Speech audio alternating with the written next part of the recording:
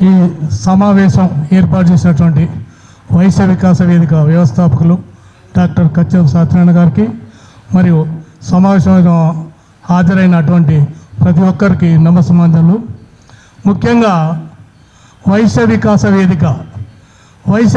వేదిక అనేది ఒక సేవా సంస్థ. అది కేవలం వైశ్యులకు గుర్తింపు తీసుకొచ్చే నలుమూలలో తెలంగాణ నలుమూలలో ఉన్నటువంటి కురుగ్రామంలో ఉన్నటువంటి వారికి కూడా ఒక గుర్తింపు తేవాలనే ఉద్దేశంతో, వారికి ఒక ప్రోత్సాహం తేవాలనే ఉద్దేశంతో, వాళ్ళకు ఒక బూస్టింగ్ లాగా ఈ సంస్థ ఏర్పాటు చేయడం అనేది.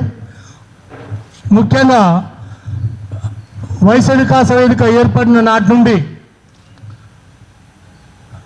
నలుమూలలో గల విద్యార్థులను గుర్తించి, వారి ప్రతిభను గుర్తించి వారికి పురస్కారాలు, అదేవిధంగా ఉపాధ్యాయులను గుర్తించి వారికి కూడా పురస్కారాలు సత్కారాలు చేయడంతో పాటు కరోనా సమయంలో అన్ని కులాల అన్ని వర్గాల వారికి చాలా సేవలు చేసి భోజనాలు, డ్రై ఫ్రూట్స్, వస్తువులు రకరకాలుగా సేవలు అందించిన సేవా సంస్థ ఇది. వైశ్య సంఘంలో చాలా సంఘాలు ఉన్నాయి. ప్రపంచం ఉన్నది, ఆల్ ఇండియా వైశ్య ఫెడరేషన్ ఉంది, స్టేట్ ఉన్నది, క్లబ్లు ఉన్నాయి. కానీ వాళ్ళు ఆ పదవికే పరిమితం అయిపోతున్నారు. వయసులకు గుర్తించడం కానీ వయసులకు సేవ చేయడం కానీ మర్చిపోతున్నారు. దురదృష్టం ఏంటంటే వాళ్ళు పదవికిన తెల్లారి మన వయసులు అనేది వాళ్ళు గుర్తింపు మర్చిపోతున్నారు. కానీ ఏ పదవి లేకున్నా ఒక వేదిక అనేది మనం ఏర్పాటు చేసాము. వైశ్య వికాస వేదిక ఒక గుర్తింపు తేవాలి. ఆ వేదిక ద్వారా వయసులను ఆదుకోవాలి. వయసులకు జరుగుతున్నటువంటి అన్యాయాన్ని మనం ప్రభుత్వ దృష్టికి తీసుకెళ్ళాలి.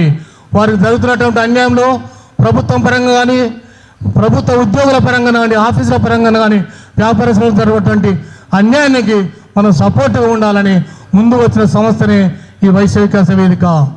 కాసం సత్యనారాయణ గారు చెప్పాలంటే తెలంగాణ మలిదశ ఉద్యమాల్లో చాలా ఉద్యమాలు చేసి 100 కేసులు పెట్టుకొని ఎల్బీ నగర్లో ఒక టైగర్ లాగా నిలిచిన వ్యక్తి. వాస్తవంగా మా వైశ్య జాతిలో ఎవరైనా బయటికి వెళ్ళి పక్క వారితో పంచాయతీ తీసుకొచ్చినా కానీ తల్లిదండ్రులు, పక్క వాళ్ళు, బంధువులు అతన్ని ఒక రౌడీగా చూస్తారు. అతన్ని ఈ విధంగా బజారుకు పోయి పంచాయతీలు తీసుకొస్తారని ఒక అపనింద మనం వేసుకుంటాం. కానీ ఏనాడు కూడా పోలీస్ స్టేషన్కు భయపడకుండా, కేసులకు భయపడకుండా భార్య భర్తలు రోడ్డుపై ఉండి ఉద్యమాల్లో ఎన్నో ఎన్నో ఎన్నో ఎదురు దెబ్బలు తిన్నారు.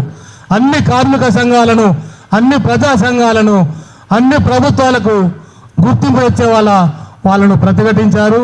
వాళ్ళను మన ప్రాబ్లమ్స్ను, కార్మికుల ప్రాబ్లమ్స్ను ప్రభుత్వం దృష్టికి తీసుకుపోవడానికి ముందడుగు వేశారు.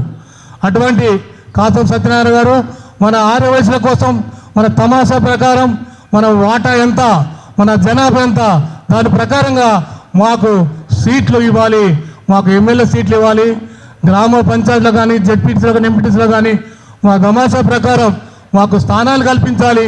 మేము గెలిపించుకోగలుగుతాం, మా డబ్బులతో మేము గెలవగలుగుతాం, మా ఓటు మెజార్టీ, మా విజయోత్సవాలు మీకు చూపించగలుగుతాం అనే ధైర్యంతో మనందరికీ పురుగొరుపుతూ ఈ సమావేశం ఏర్పాటు చేయడం జరిగింది. దయచేసి ప్రతి ఒక్కరు కూడా వైశ్య వికాస వేదిక ఉన్నది అనే ధైర్యంతో గ్రామ గ్రామాల నుండి ఆర్య వయసులు ముందుకు వెళ్ళాలి.